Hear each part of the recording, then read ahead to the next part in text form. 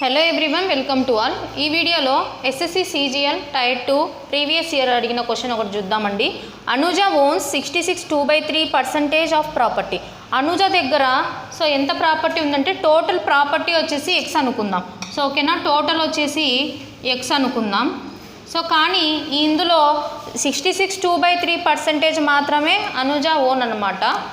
ఇక్కడ 66 2/3% వాల్యూ వచ్చేసి మనకి ఏమవుతుందంటే 2/3, అలాగే 30% వాల్యూ వచ్చేసి 3/10 అనమాట. అంటే 30/100 చేసి 3/10 వస్తుంది.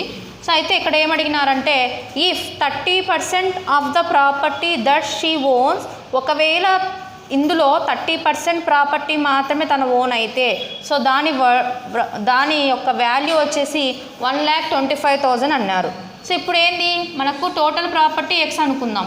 ఇందులో ఓన్లీ 2/3 మాత్రమే తన యొక్క ఓన్ ప్రాపర్టీ. అలాగే ఇందులో 30% అంటే 3/10 చేస్తే వాల్యూ వచ్చేసి 1,25,000 అని చెప్పినారు.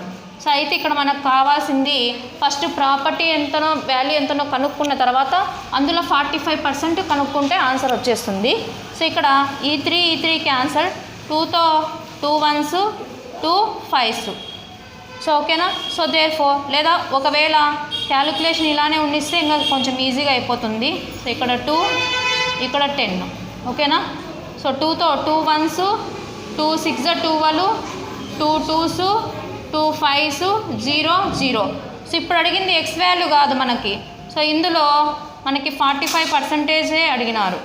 10 × 45% అంటే 45/100.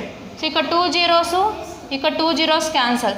దీన్ని ఈజీ క్యాలిక్యులేషన్ కోసం 6250 ఇంటూ 45ని మనం ఎలా రాసుకోవచ్చు, 9 5s అని రాసుకోవచ్చు కదా. ఇంటూ 2/2 చేసుకుంటే ఇంకా ఈజీగా అవుతుంది. 2తో 2 1s, 2 3s, 2 1s, 2 2s, 2 5s.